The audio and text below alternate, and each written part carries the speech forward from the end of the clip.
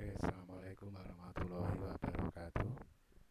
Selamat siang pada rekan-rekan mahasiswa semester 1. Jadi pada mata kuliah siang hari ini, saya akan melanjutkan materi yaitu tentang dasar pemrograman pada bahasa C dan bahasa C++. Jadi di materi kali ini nanti kita sudah mulai praktikum. Jadi setelah nanti kalian melaksanakan UTS, jadi kita nanti untuk algoritma sudah masuk pada praktikum dengan bahasa C dan C++. Saya jelaskan yaitu untuk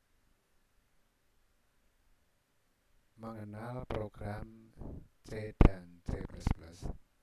Jadi di bahasa C dan C++, jadi pertama kali yang diciptakan oleh Dennis Ritchie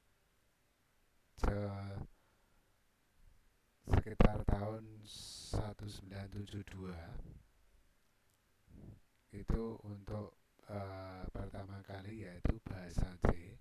Jadi bahasa C itu bahasa yang beraras tinggi ya. Jadi maksudnya bahasa yang sudah nanti dikenal oleh manusia untuk berkomunikasi dengan bahasa di sistem komputer.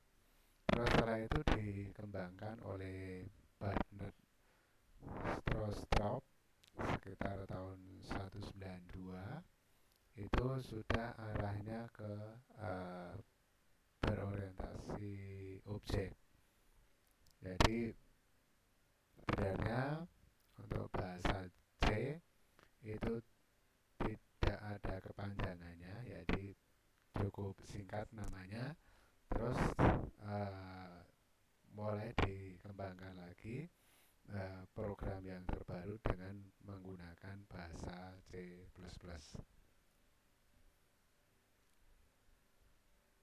Terus langsung saja masuk pada ke contoh program. Jadi kalau kalian nanti menemukan bahasa pemrograman khususnya C, itu ada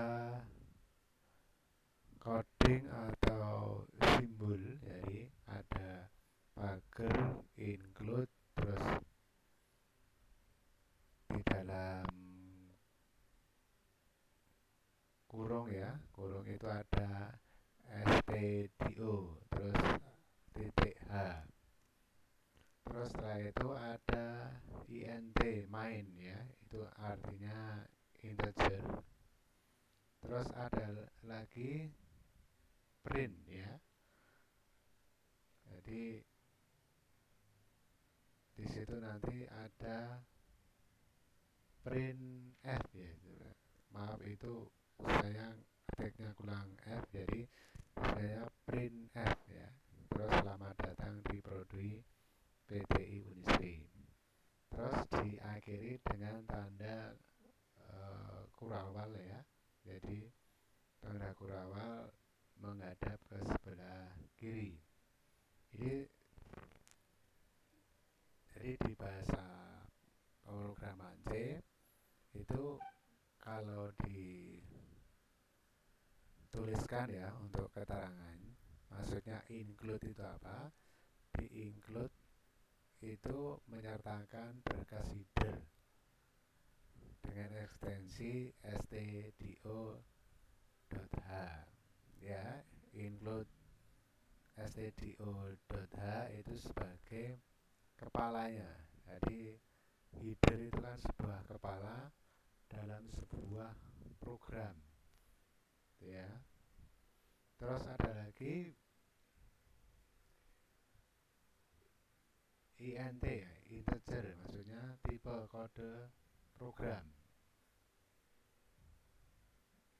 Terus ada lagi tanda kurung kurawal yang menghadap ke kanan perjalanan itu namanya awal tubuh fungsi main.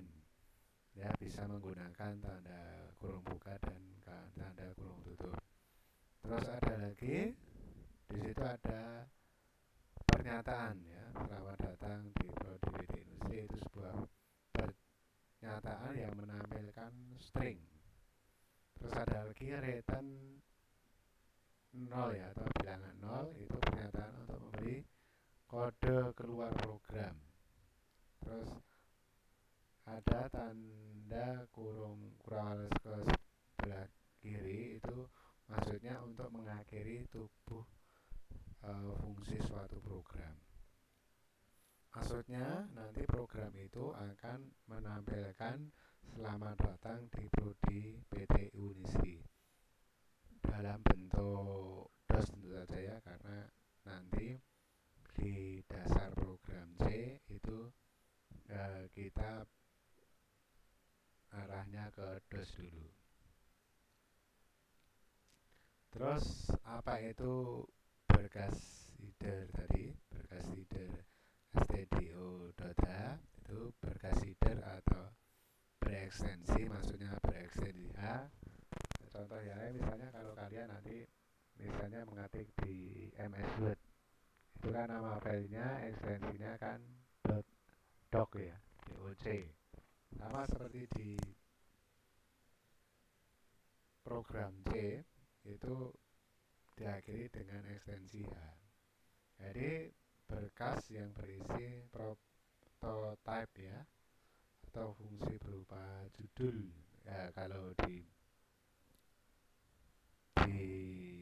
suatu dokumen itu sebuah judul dokumen yang diketik oleh si user. Terus untuk fungsinya yaitu konstanta dan definisi variabel. Jadi konstanta itu bilangan yang tidak mempunyai variabel. Jadi contohnya misalnya 1, 2, 3 dan seterusnya tanpa menggunakan variabel. Variabel contohnya ada tanda plus, ada minus ya, ada kali. Itu yang dinamakan dengan variabel. Terus ada lagi praprosesor ya, maksudnya ada tanda pagar terus include. Ini perintah yang digunakan untuk mengatur compiler agar membaca berkas header.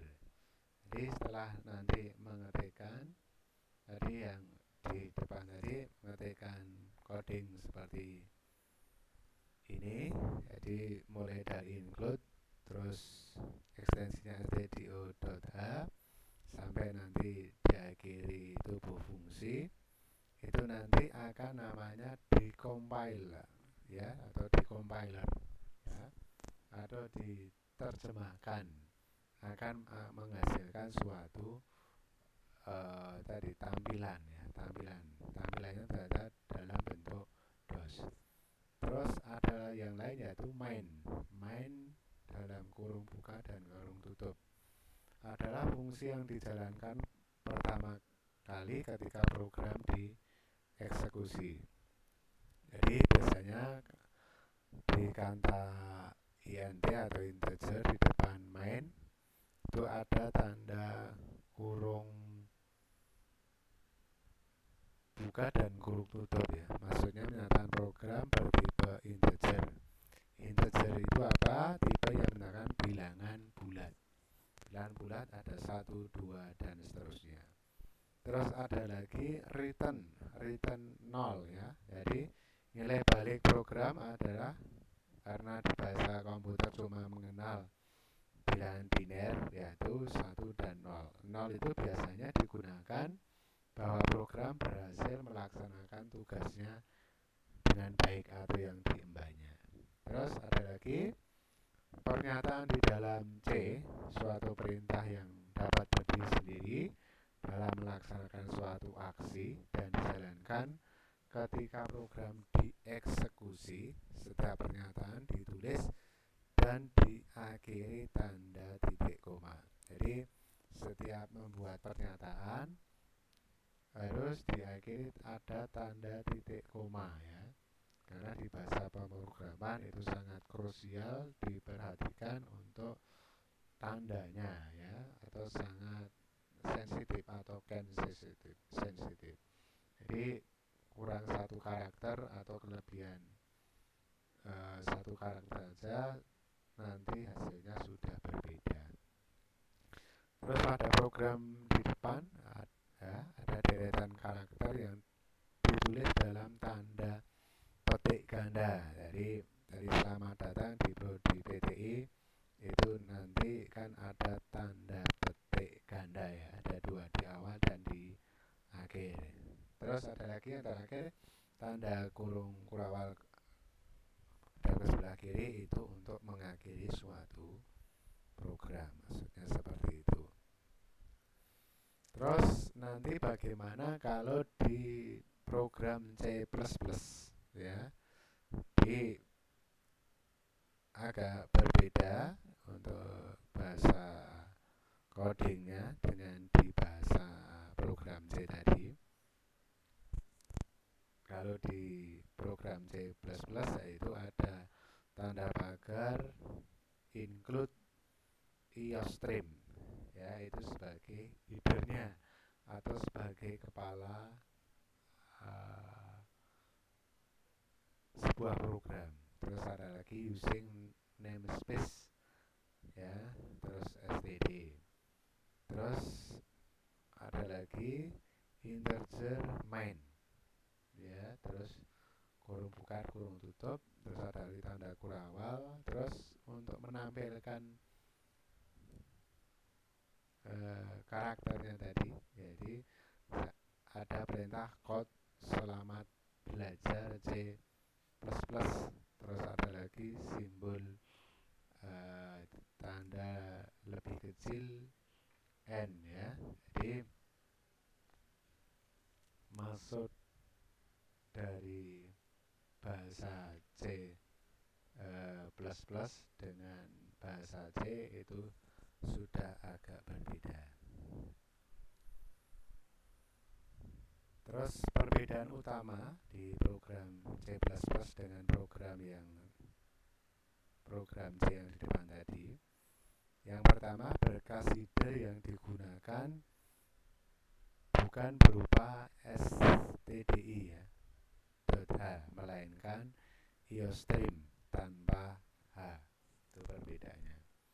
Terus ada lagi kode using namespace std ya, ada tanda titik petik ya. Jadi menyatakan compiler bahwa program menggunakan nama space fungsinya untuk mengelompokkan elemen-elemen ke dalam sebuah nama. Terus ada lagi pernyataan untuk menampilkan keluaran. Di situ ada perintah code ya. Code ini di sini sebuah objek atau n identik n ya, untuk menyatakan karakter untuk berpindah baris ya, pindah new line ya ke baris berikutnya.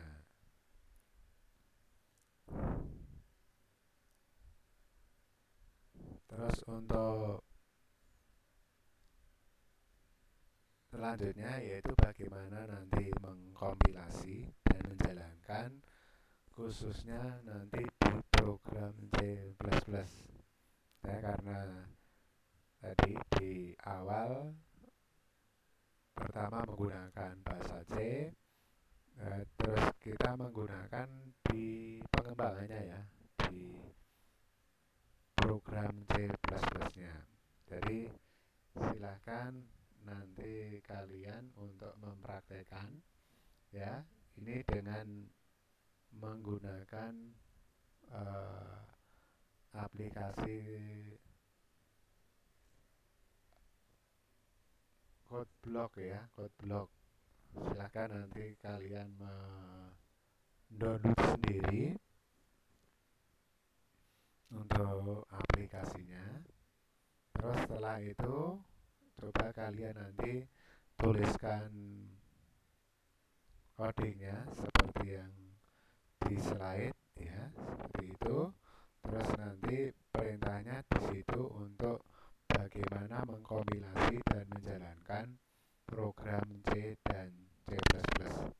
Jadi mulai dari situ klik menu Build, terus klik pilih Build. Itu cara untuk menjalankan. Itu ya, sampai ada langkah pakai Ctrl plus F9 atau mengklik icon ini ya, simbol setting gitu ya. Terus nanti akan tampil ya, setelah kalian ikuti langkah-langkah ini akan tampil perintah ini ya, berupa hasil eksekusi program ya. Kalau di kodenya tadi untuk mencari luas keliling ya, luas link ya, melalui aplikasi CodeBlock. Terus untuk menjalankan di program C atau C++ khususnya di lingkungan Windows ya, Anda perlu mengaktifkan yaitu di CMD atau Command From, karena kita menggunakan ini ya, nanti tampilannya menggunakan DOS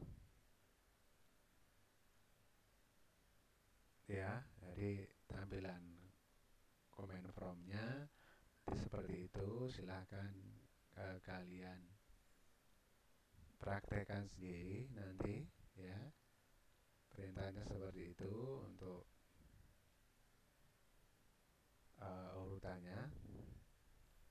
Jadi itu hanya sekedar untuk nanti latihan dulu ya, jadi belum masuk nanti ke tugas. Jadi silahkan nanti dipraktekkan. Jadi bagaimana kalian mencoba yaitu ke teknis ya, ke praktikum dengan menggunakan bahasa C++. Jadi saya kira materi kali ini, jadi kita mulai menggunakan bahasa C dan C++. Jadi selain itu kalian bisa pakai nanti menggunakan aplikasi yang lain. Jadi silahkan nanti bisa pakai ini ya, Notepad++. Jadi silahkan nanti di Notepad++ itu biar nanti bisa dijalankan di Command From atau CMD. Silahkan nanti kalian browsing sendiri di internet bagaimana untuk setting NPP exe-nya ya. Sudah ada banyak tutorial bagaimana nanti menjalankan aplikasi dengan menggunakan Notepad++. Terus ada lagi aplikasi pendukung ya, pendukung, yaitu dengan menggunakan ya Ming ya, Mingwei ya, Mingwei. Jadi nanti silakan kalian juga download sendiri di internet. Banyak sekali cara menginstal untuk Mingwei-nya, yaitu yang exe ya, Ming Get Setup ya. Sebenarnya sama saja antara menggunakan aplikasi Notepad++ dengan menggunakan CodeBlock. Jadi saya kira untuk materi hari ini saya cukupkan sekian. Terima kasih. Wassalamualaikum warahmatullahi wabarakatuh.